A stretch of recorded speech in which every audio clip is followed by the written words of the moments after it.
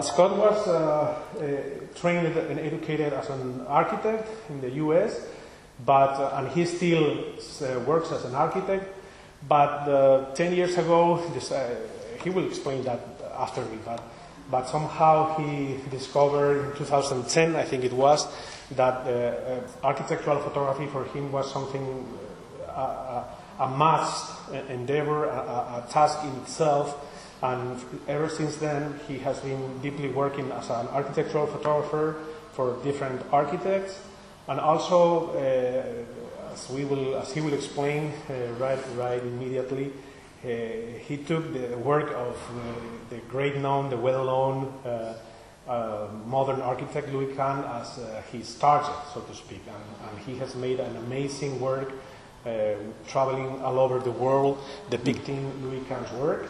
So in a way, focusing this specific concern of how to look at Louis Kahn's work from the perspective of an architectural photographer, and given the fact that, as we all know, architecture is nowadays developed and displayed by the media, from using photography as the main tool for that dissemination.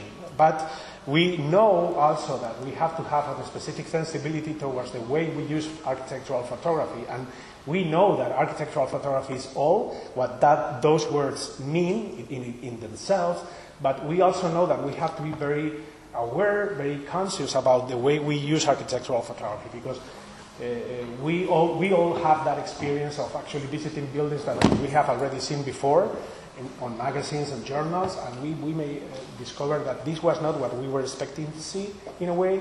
So that is actually the role of a good architectural photography. Architectural photography is not just a documentary issue, but something that has to be accomplished with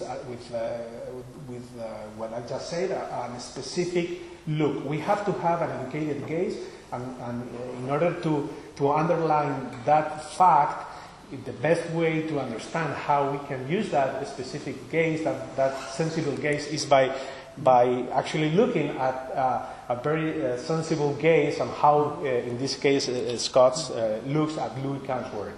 So we may, for instance, therefore, we're going to enjoy for sure reviewing, on the one hand, Louis Kahn's work, and on the other hand, we're going to enjoy, hopefully, on how to actually how to go beyond the simple fact of documenting architecture. I mean, this way, this idea of using photography to depict not specifically what we see, but to depict architecture from our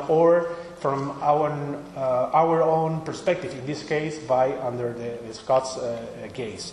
So here you have the audience, and thank you again, Scott, for visiting us and for giving us this lecture, and which I'm sure is going to be very fruitful for me, for sure, but I'm sure that for the rest of the students and the teachers present here in the room. So thank you again, Scott, all yours.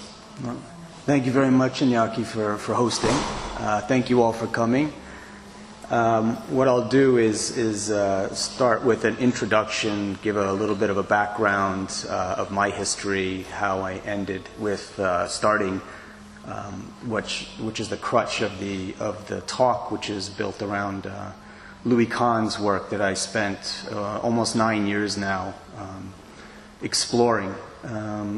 So the first part will be an introduction to give you a little bit about where I'm coming from, my headspace, and that was influenced from the works that I did before I encountered architecture per se through Louis Kahn's work, and touch a little bit upon the work that I'm going to be doing next as a result of this exploration. So first, the first set of images, I'll have 3 sets of images. The first set will be just general works in the way that I see.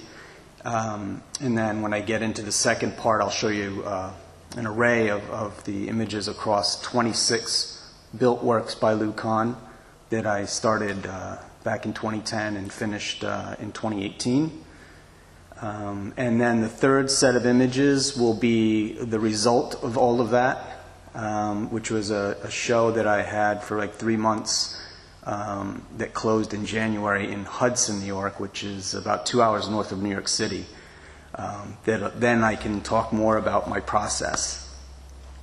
So here I'm just starting off with some general images. And to give you a background, I originally started out as a painter, going to university.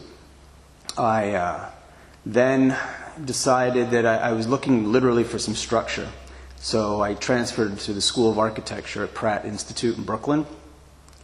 I graduated as an architect. I pursued a career in architecture, focusing on technical aspects, on drawing in particular.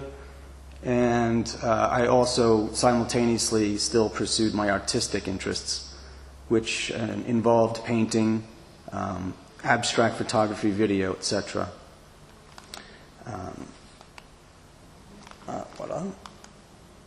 So I'll just click through some of these as you get an idea of how I'm looking through the camera. So to give you an idea of my headspace, some of the things that I consider and the premise of why I got involved and why Kahn's work was so influential and befuddling to me. He was a very intense writer, very reflective, curious, self-effacing, unsure. And it seems strange to see his works, if you know them, that most of them kind of nail it. And they're kind of, they're not available to words so much. So I had hunches about the way that I shoot, that the way that I deal with architecture, that really was boldened and broadened as my first encounter with architecture per se was through this accidental visit to a Louis Kahn synagogue north of New York, and I'll get to that in a minute.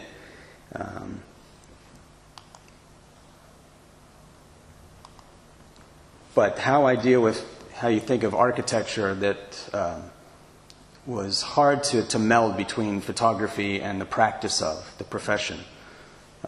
The concrete, the abstract. And I see them, and people mostly consider them as to be two separate professions, two separate pursuits, entities, curiosities, methods. But I see them both as the same, as architecture and photography both occur within a magic box per se. What I mean by that is the camera basically has a box that encloses a myriad of complex processes, yet is actualized by a simple button on the exterior that shows you something. Architecture is the same for me. In my many years of practicing of detailing, it became a kind of poetic pursuit as well. Knowing where you're going, and you get to devise a path to get to the result that you know you need to arrive at. But architecture, unlike photography, is a magic box that you can't hold in your hand. It transcends time, a myriad of participation, collaborative efforts. So you can see a building, but to me it's not the end. It's merely the beginning. And my idea of photography that I've been exploring these past 7, 8, 9 years now is I had this hunch that photography could be more utilized as a projective medium, not just a recorder, not a documenting device, but an apparatus as architecture is. That involves planning, that involves modeling, projections by drawing, etc., to end at a building, which is then used, so it has a new life. So that being said, they to me were not separate, and they weren't complementary to each other, but literally one and the same. And photography has benefited from the very beginning the subject of architecture, because it stood still for it when the initial photographic devices required long exposure times to capture an image. And architecture, as we know these days, depends upon imagery.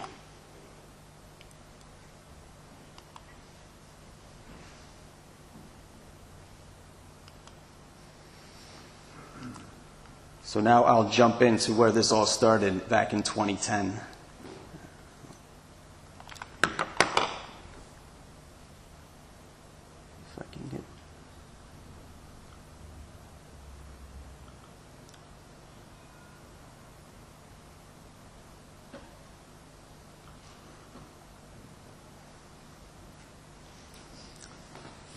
So it was the spring of 2010.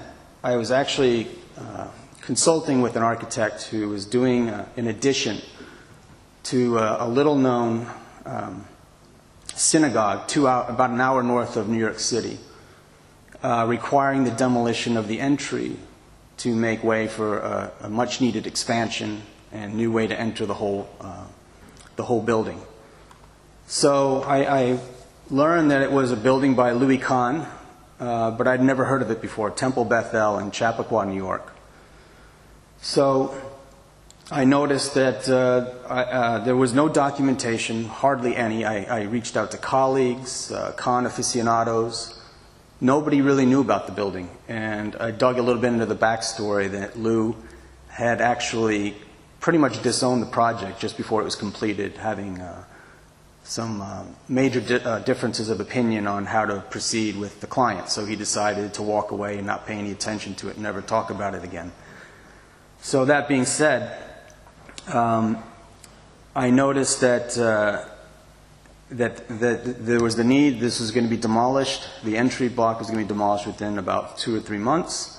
I volunteered to simply document for posterity's sake and for nostalgia, for research, etc. I had never photographed architecture per se, but I thought that I had photographed architecturally. So again, this was really a challenge to then how to talk about the way that I photograph, and it was an opportunity to find new ways to talk about it. So I proceeded over about 4 visits through pre-demolition, interior demolition, and then structural demolition of this concrete block that was Lou's intent on how you transition from the world to be cleansed of light in the world and then transition to the sanctuary, that is the temple itself. So he had a very particular way of how you did this, and it was very simple. Yet I could see how people did not consider the entry block itself necessary and quite attractive, to say the least. So it was a foregone conclusion that this was going to happen, regardless of fighting and some Kahn aficionados trying to stop the project or redesign it, etc. But it wasn't in the budget, it was not in the time frame, it was inevitable. So I proceeded to visit it over a course of about 2 months and proceeded to document it in the way that I photographed, the way that I used the camera.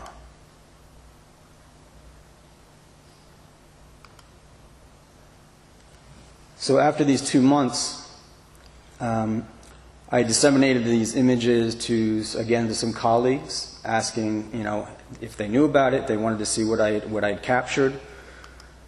And in that loop was Nathaniel Kahn, Lou's son, William Whitaker, who runs the Louis Kahn Archive at the University of Pennsylvania, a couple Kahn scholars, and a well-known architectural critic, and they basically came back with a comment simply saying that nobody shoots Lou's work like this.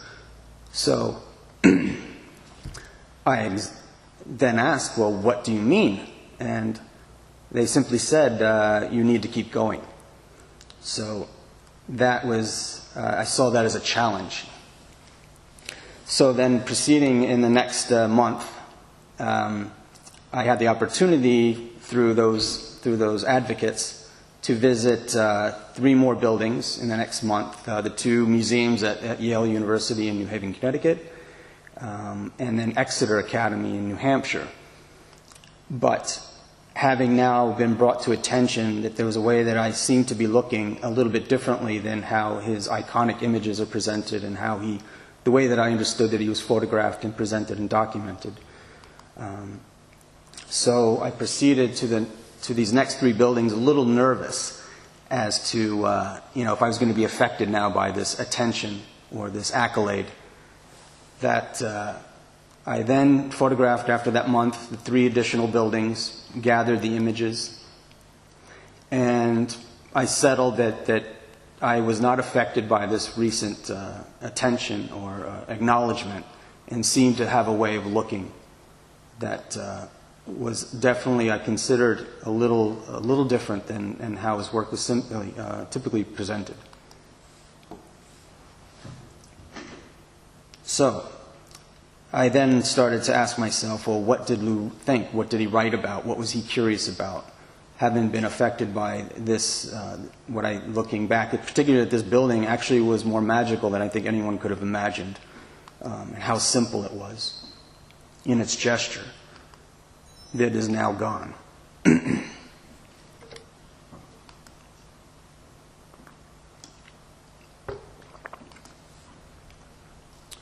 So I then arranged to visit more and simultaneously dug into his writings, looked back into my work, and to learn and understand what it is I was curious or what I was pursuing. And I started to acknowledge that for me architecture wasn't a thing, but it was a performance. And for me, the camera allowed me to pursue this and to show it. I had no ambitions to build, but I was incessantly infatuated with architectural things, architectural pursuits. The camera seemed to be the perfect tool.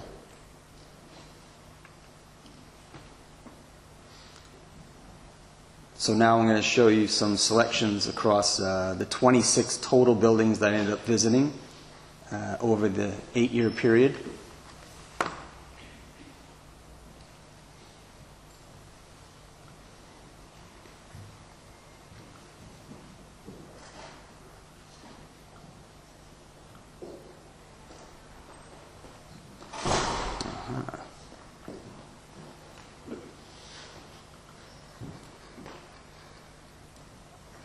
Actually, I don't have that catalog, so I'm going to jump right into how this all ended up.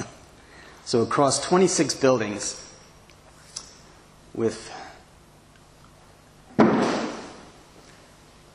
that spanned about 40 years of his career. If you can imagine, if anyone here is familiar with his work, he started off not very recognizable. His style that we all, the ones that are fans of Kahn and are aware of what he brought, really didn't develop until he was after 50 years old.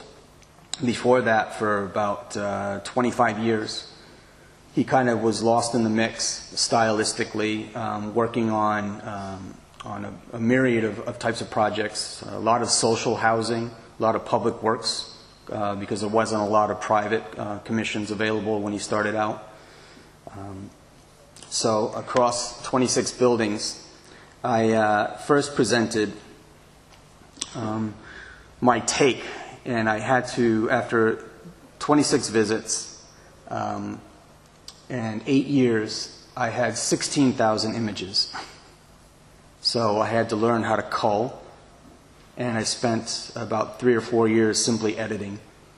And 3 years ago, I presented my first take on this at Parsons School of Design in New York City, where it was a small exhibition space. So I had to come up with a concept of what it was I was doing. So simultaneously photographing and also simultaneously incessantly digging into research, Lou's writings, my own writings, how architectural photography was talked about, how it was disseminated from both architects, from artists, digging into philosophy, all sorts of sources that I would go through and write on and make my notes and highlight. So they became objects in themselves. I had thousands of pages. So I had these 2 groups of ephemera.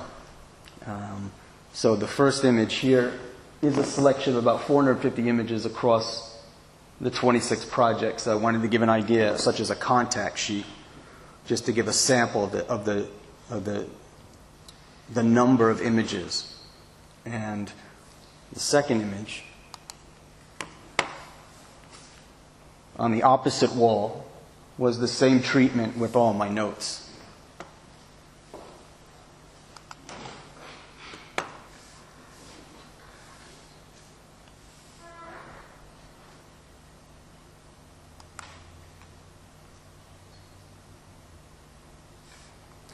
And then, now I'm going to jump ahead to this most recent installation,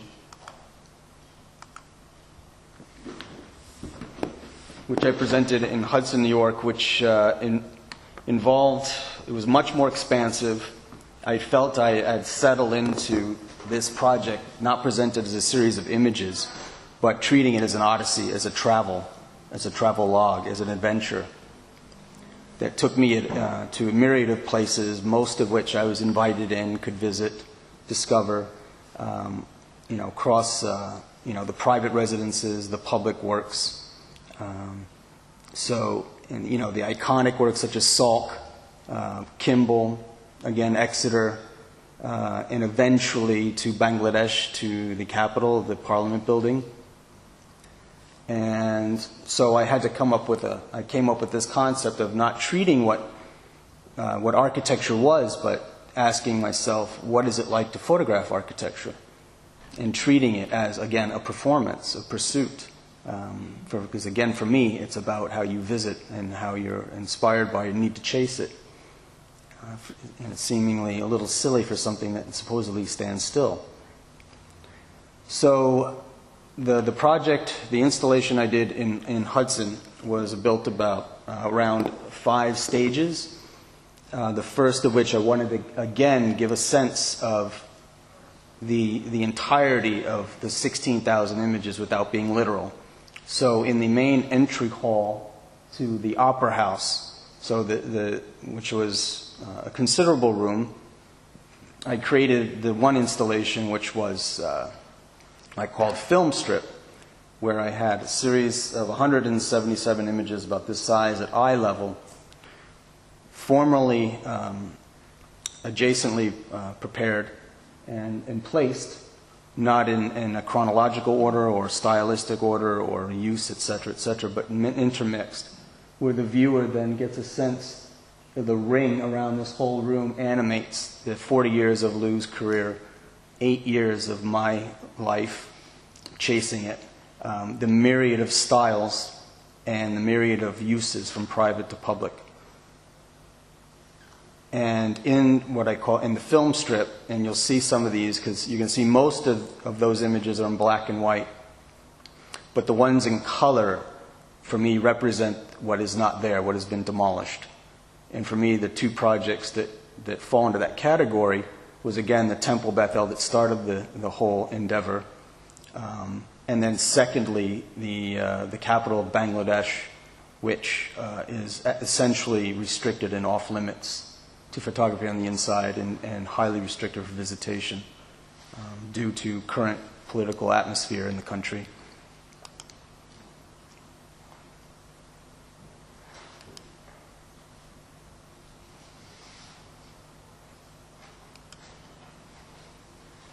So in this main hall, there's a stitch of some highlights as well.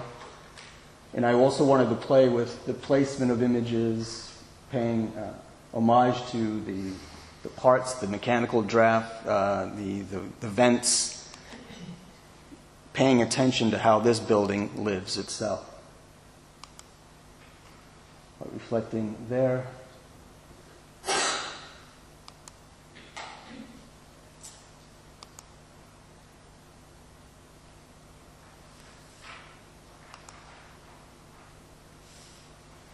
And another part, so there's the first part is the film strip. Part 2 is this journal here that I had published in the fall, which was my journal, my travelogue in Dhaka of a harrowing journey to go and get inside of the capital, which I was told even before I had left, I was not going to get permission to go inside and photograph. But I went anyway. And I had a good fixer on the ground. I met with folks with well-known architects, activists, photographers who used to have say and would be able to help me get in, but no longer could do so. The government had basically shut it down, and they had no more pull. So eventually, I got a meeting with the Speaker of the House of Parliament, who's the only person in the country that could actually grant permission. And it was said that because she was a woman, it's the only reason why she granted me permission, because she realized the importance of the building for research and accessibility, and it shouldn't be cut off. So this is my account, which reads as a bit of a thriller, and I stitched it in with the street photography along the way. And technically, at the end, I was allowed to photograph, but having to deal with the naval intelligence who ran security for the facility, they took my images to review for security concerns, and that I had taken inside, erased and formatted them, but I recovered them with a program that I have, and so I ended up keeping them all. And if you can see on the bottom row is a continuous strip that runs through the book of those 160 images that I was not allowed to have.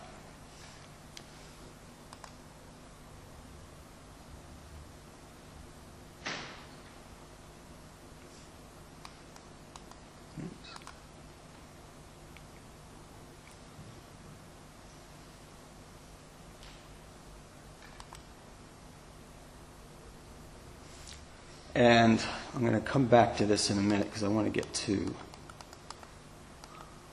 So another station, so there was a film strip, there was the journal, then there was the reading station.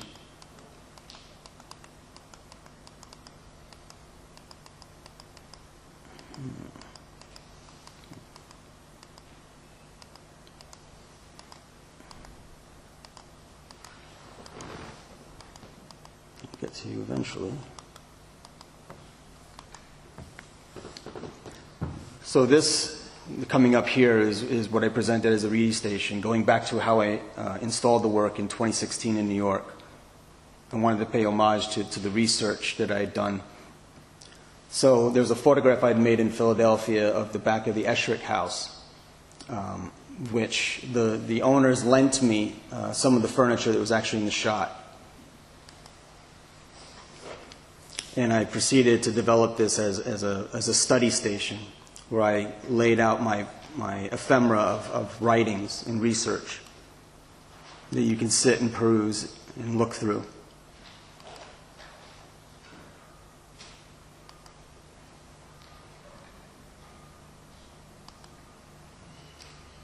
So instead of being presented on the wall as something to look at, I wanted people to participate.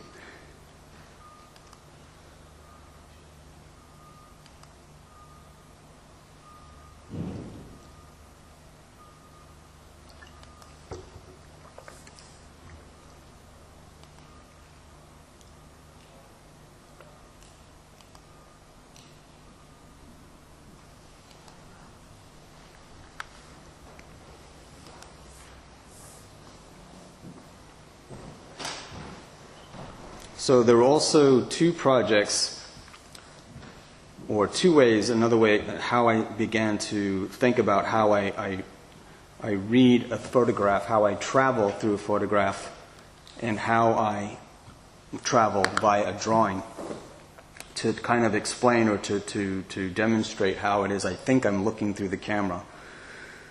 And so the first step of reading a drawing that Louis Kahn was so enamored with, he had actually little regard for photography because he felt it would simply show you what's there, whereas drawing can project a thing to be, a thing to come.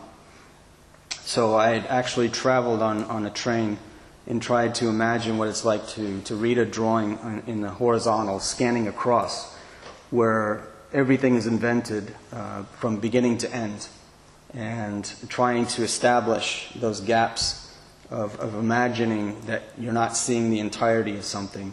So I picked a focal point in a particular range, a distance, so traveling at speed on the train, obviously getting a certain digital distortion that the camera produces at a foreground, and just beyond there's a focal plane that is in focus, and then beyond it's fuzzy.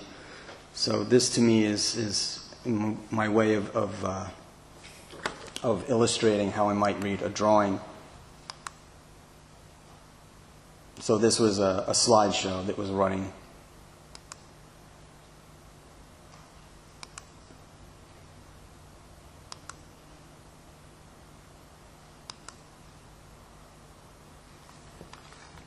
And then the installation of how I travel through a photograph.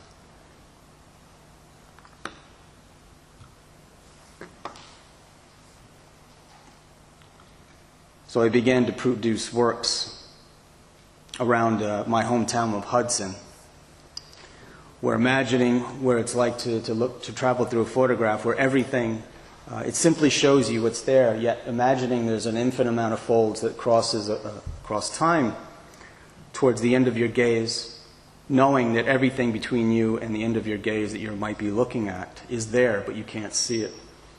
So imagine looking through windows, not to see what was inside, but to look through them, to see what is beyond in the next window, and having that feeling that you know you've been looked through, but nothing is revealed.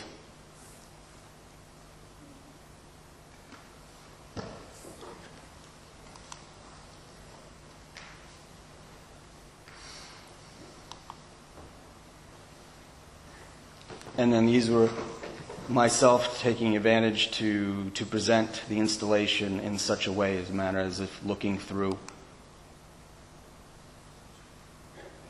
in the middle of the night, shining in lights.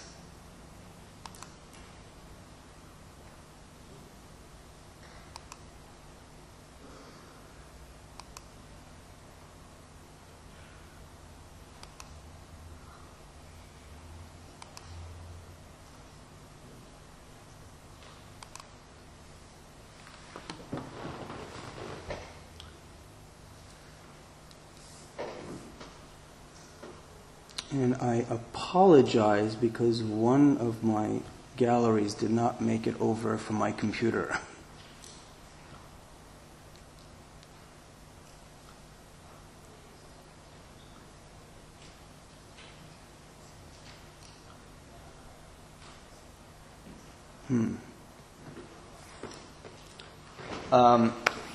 Yes, one of my galleries didn't make it over that had more of the selections of the Lou Kahn images.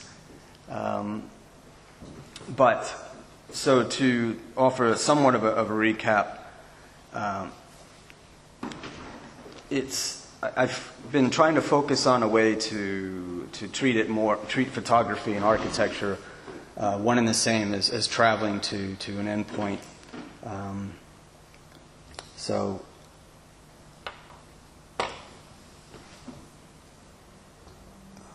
Yeah, this is throwing me off. You want to open those images? If I could, yeah, if there's a quick way to do it. Actually, they're in my... Yeah, that folder didn't come over. It might be best to go to my website. No, well, it's up to you, but I think that... Sorry. You can do... No, they didn't. No? They didn't come over. Isn't it good for you, this one? This way? No, those are the general ones. I wanted to show the Kahn ones. Mm-hmm.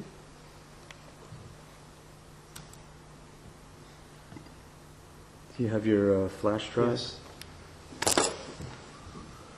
I apologize, everyone. Just give me 1 minute.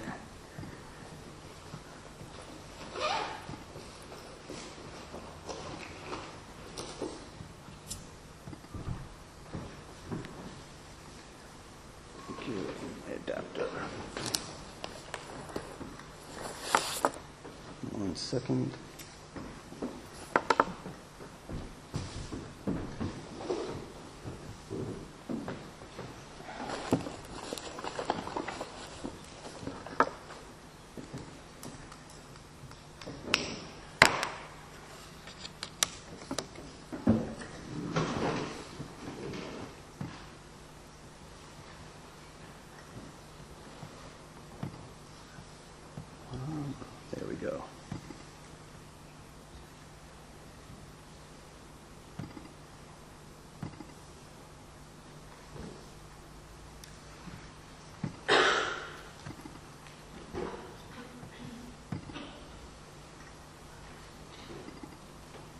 There we go.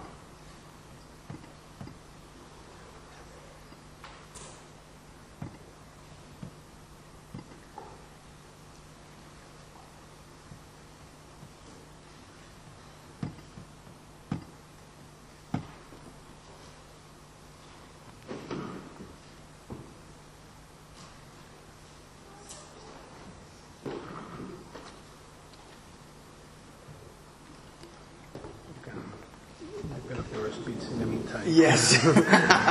No, I apologize, everyone. We were trying to use my computer earlier, but we realized we're missing one piece as an adapter. So while we're waiting a couple of minutes, I could still show. I can show you some stuff on my website that has a bit of it on there.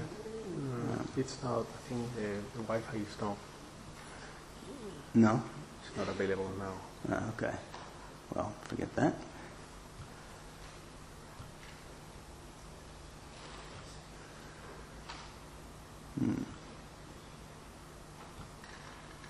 Nope. All right, so how do I segue here? Well, actually, something that is definitely affected how I do sometimes teach, and in a course that I'm developing now is actually one that does deal with this idea of how photography is utilized in architecture and depiction, etc., etc. But I'm devising a way to do it without a camera, to do it by walking tour, to learn how to talk about it. Because I worry that trying to teach too much about it through the use of a camera becomes falling into the technical aspects of it. And I'm very curious about how it becomes like a projective medium versus the one that simply records. So I'm finding ways to talk about that and to teach it.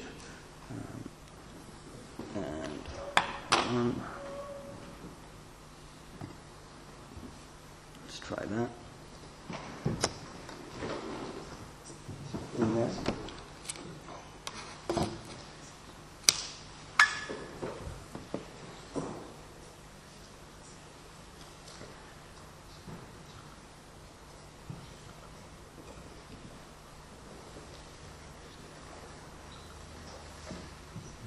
Can I open these in preview? No, yeah.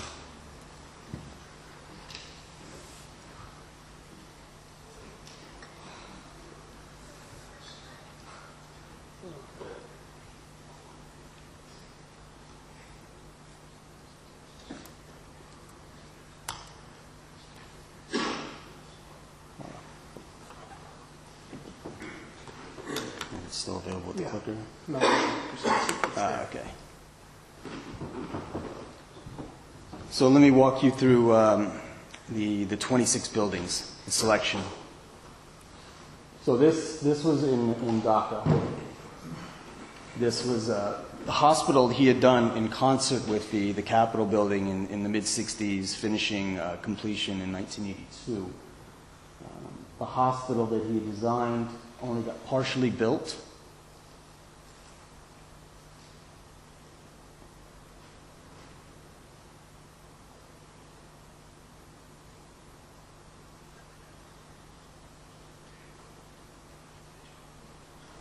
This structure in particular was not very difficult to access.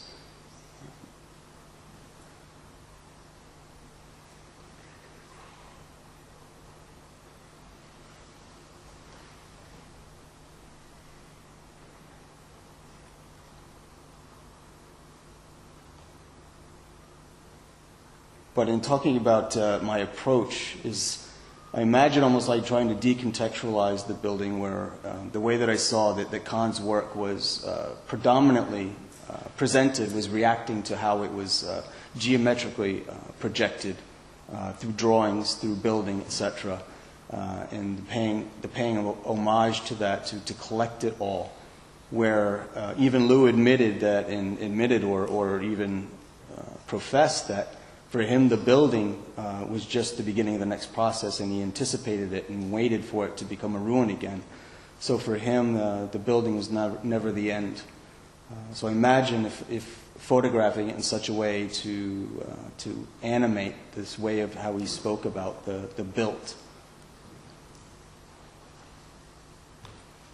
as a form of aspiring to get there without ever quite arriving, and not being reliant or to show how it sits on the ground necessarily as a thing, as an object.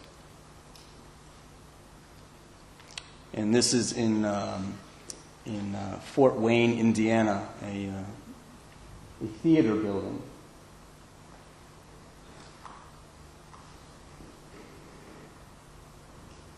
That was supposed to be one of 3 buildings, and of course they didn't have the money to do the other 2.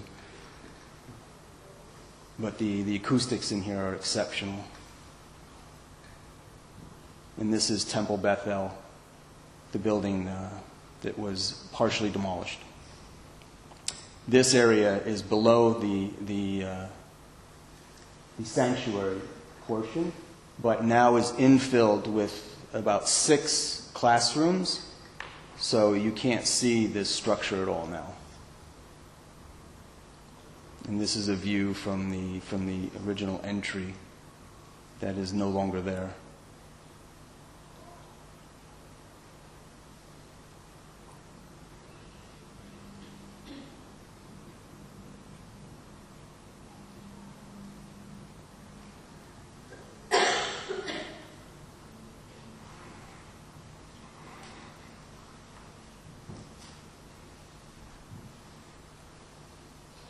This is the new entry. It is a glass structure.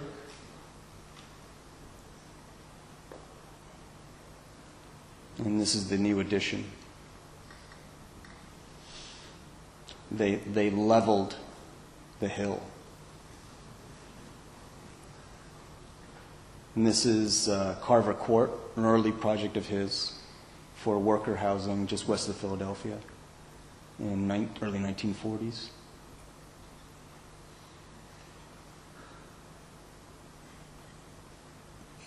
The remnants of which some of it has changed. They didn't know how to repair these flat roofs that he had designed, so some of them put on traditional American gable roofs.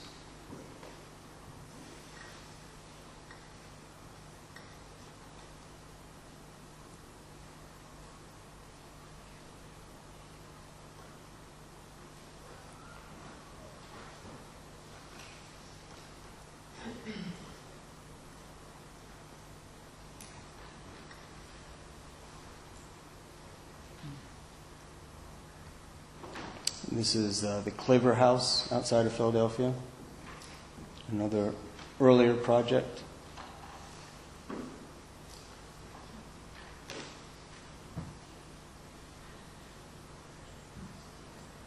I mean, as a comment to the people that live in his homes, and I found consistently, particularly in the public buildings, where the stewards, the people that take care of them, have been there, a lot of them for decades. They agree that they're the best places to come to work to in Lou's buildings.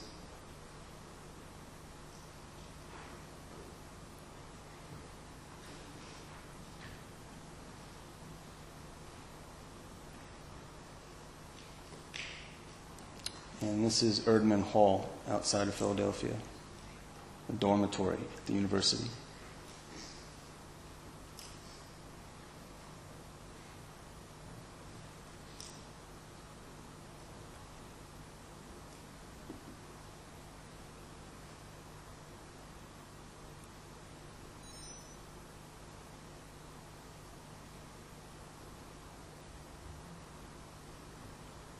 Esherick House, Philadelphia.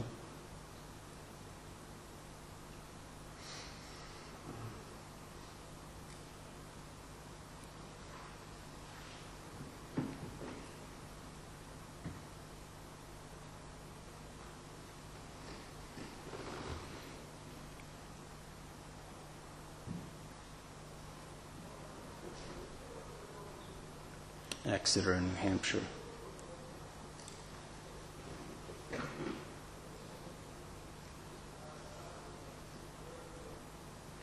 So I'd say something I'm curious about to look is how to cut through even finding some of the shortcuts through a building and not imagining what it's like to explore the plan per se. As you know, it's imagining looking around corners before you get there, creating that depth and that distance.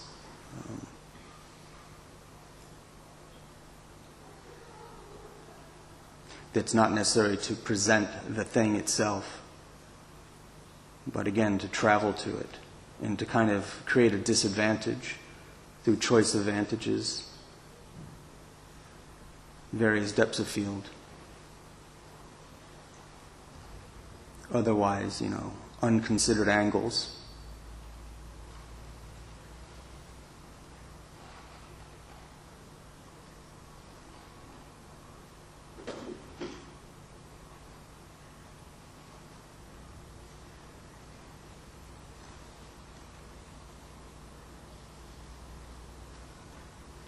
And this is in New York City, a recently built design that he had done in the early 70s, but they never had the money to do it. This is the FDR Memorial.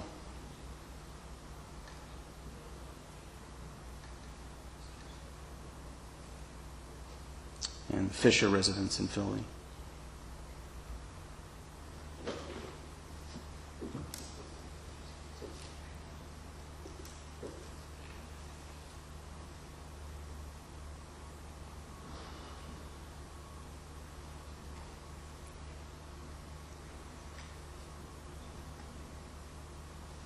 Ahmedabad, India.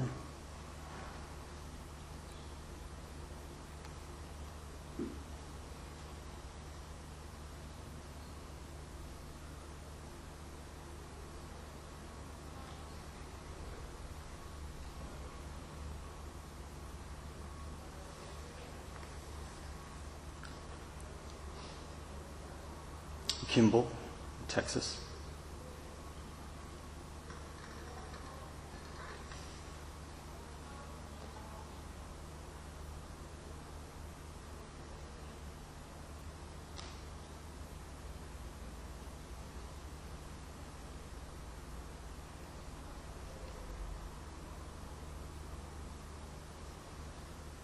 Corman residence.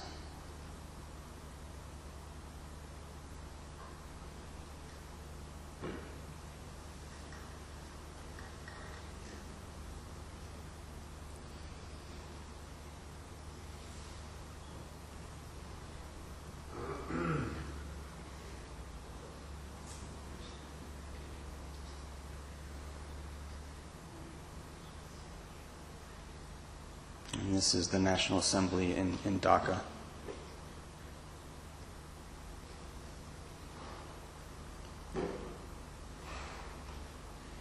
And some of it is in disrepair, but in the mosque.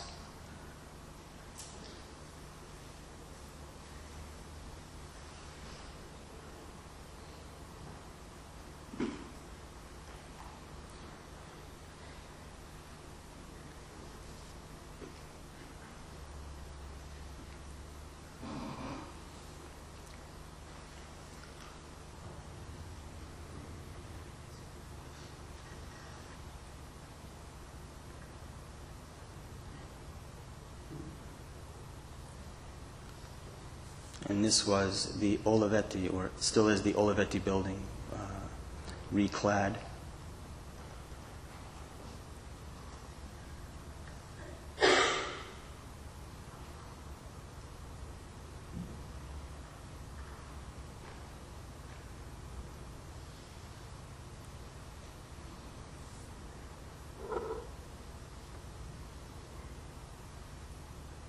An early project outside of Philly.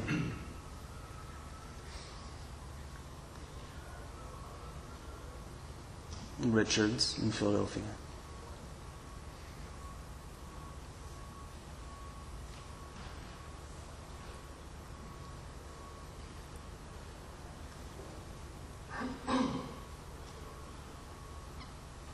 First Unitarian Church.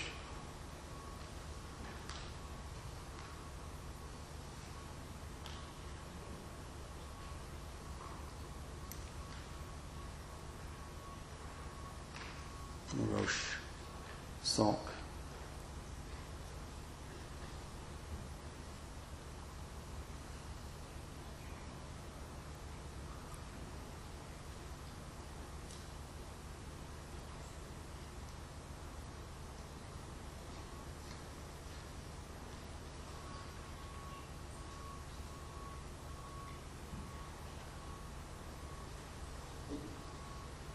Some of the bathhouses at Trenton.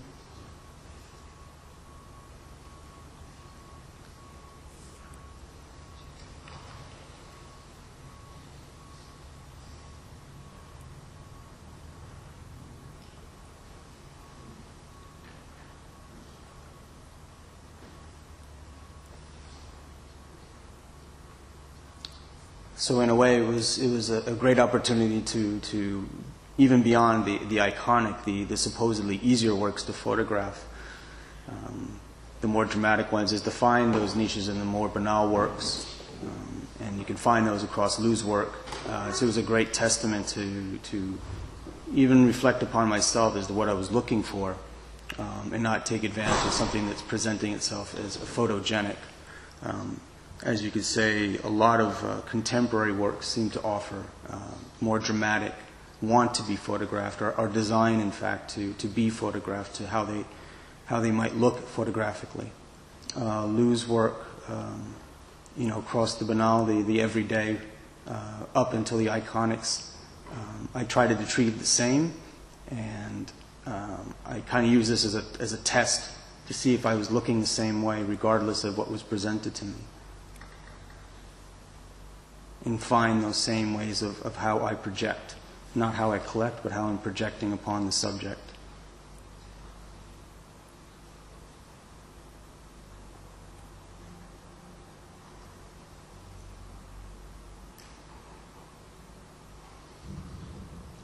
And thank God there are no more to do. There are a few, but I'm not going. It's definitely time to move on. But that being said, it has inspired me for the next works that are coming up. Because I did really reflect and looked at myself as not so much what architecture does or it is, but what photography is, how it is. And you can't force it to do what it simply shows. Both architecture and photography are pursuits to make something happen so that you can simply show something. And this is, again, trying to find means to equate the two rather than keep them separate as complementary outside of each other, but stitched together. One and the same.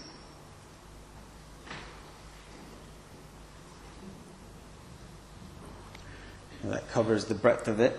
I apologize for being a little thrown off on my thought process here without those images. But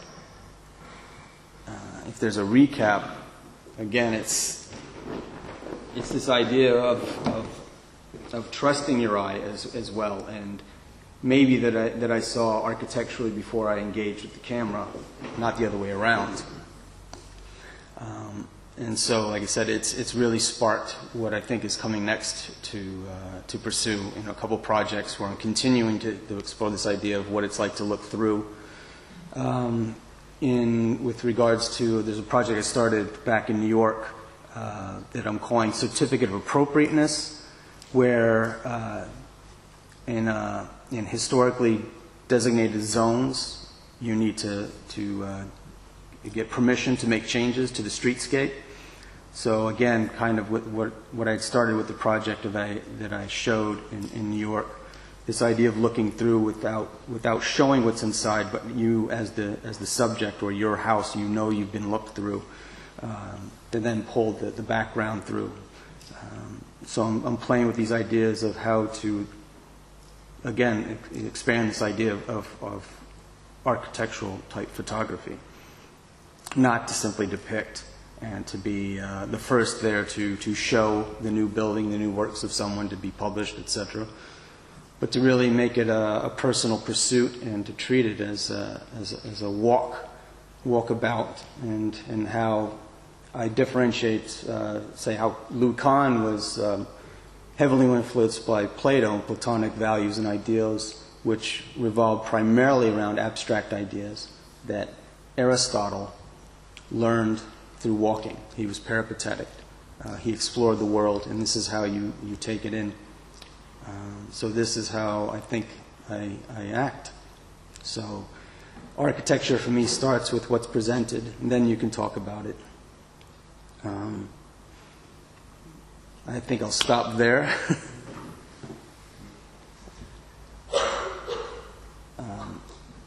Any questions, comments?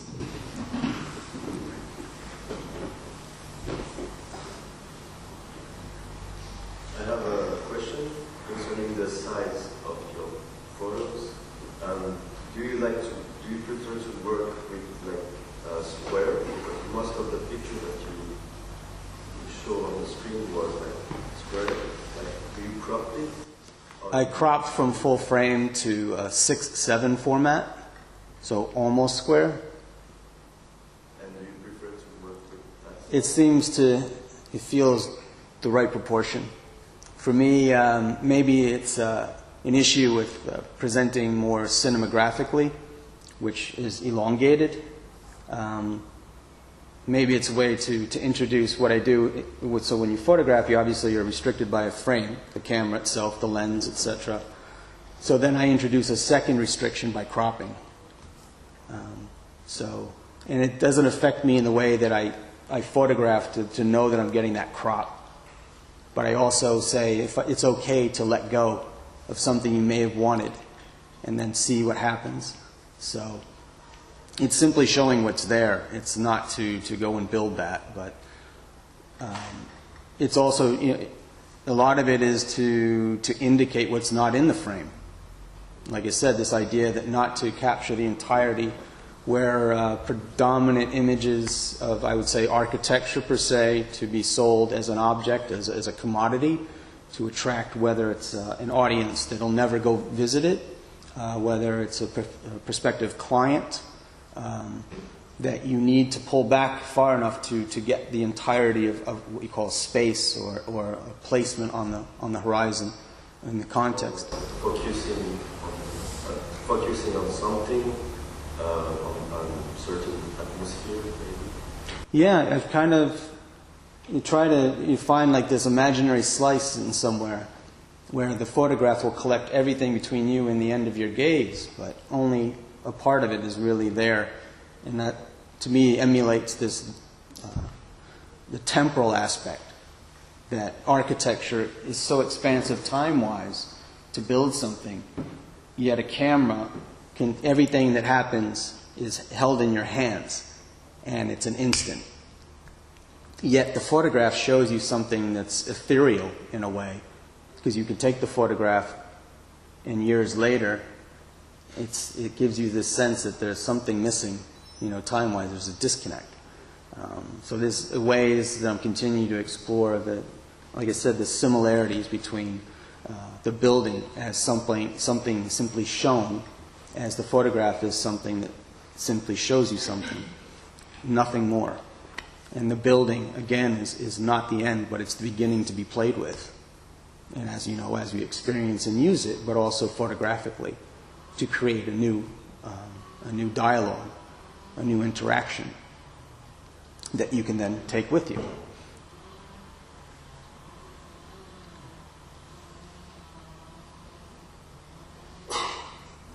Anyone else? When you use black and white for show the world, we can miss the color. No, I agree. It was somewhat of a challenge, a test for myself, but I felt that it was simpler for me to show the valuations across the vernaculars, the styles that he had. Again, it was another way to democratize, I guess, the breadth of his works. And again, in the presentation I did back in New York for the installation, the ones that I left in color predominantly were telling you this is what was demolished. It's forever gone. So it was an homage. But I always lean towards black and white as my preferred presentation. I see more through black and white than I do color. You see different things, I think. So that's pretty much the reason why. Yes, there are some beautiful, because I shot everything in color, and there's some beautiful images that I chose to present in black and white that would look beautiful in color. It's almost like I'm trying to deny myself in a way, to be diligent. If you have an additional question, maybe just like a final remark. I think that Scott, the lecture, at least to me, really fulfilled the expectations. I knew your work ahead of time before, but I mean, like reviewing it this way, I was amazed to see that actually you invited us to travel with you throughout the space of those buildings, and to me, a way of summarizing the way you look at architecture, and particularly to Louis Kahn's work, is like in a way your photographs are not perfect photographs, regarding the idea of a perfect photograph we have in mind, but on the other hand, they invite us to dream or to even to travel with you and they deny more than they depict. That would be like a summary from me as well. They are fragmentary visions in a way of the space in which you are, but as I say, they invite you to keep on traveling throughout the space, and like sort of adding those specific fragments of the space, you end up having a really coherent version of the whole building, despite you don't get the whole picture in a single shot. So it's a very, very personal photography, the one you produced, but given the fact that we are sort of overwhelmed by this consumption of images of architecture, on the web, on the internet, on Instagram, on Art Daily, everywhere, we already knew, those buildings by Louis Kahn. But the thing is that when we see those buildings through your particular gaze, at least to me, I have enjoyed reviewing your photographs because they invite me to see those buildings and that space from a very different perspective. So in a way, this is like the aim, the goal, the threads of contemporary architectural photography. So you are obviously, at least for all of us, a great example of this endeavor. Well, going back to the point you just made, which actually helps me think about how to summarize it, is, I think, as architects, is to learn how not to show something more than showing something. And maybe that's the best way that I could say that is what I'm going after, versus how I say in comparison to how buildings are typically shown, so as not to forget something. But the trick or the curiosity is creating a deprivation in a way, because architecture is a pursuit, not to be arrived at, but to be continuously traveled through. And I think that's says to Lou's buildings a comment that consistently going to his buildings, you arrive there and everything is in place. Nothing distracts. Nothing is crying for attention in such a way that it speaks to this concept of symmetry.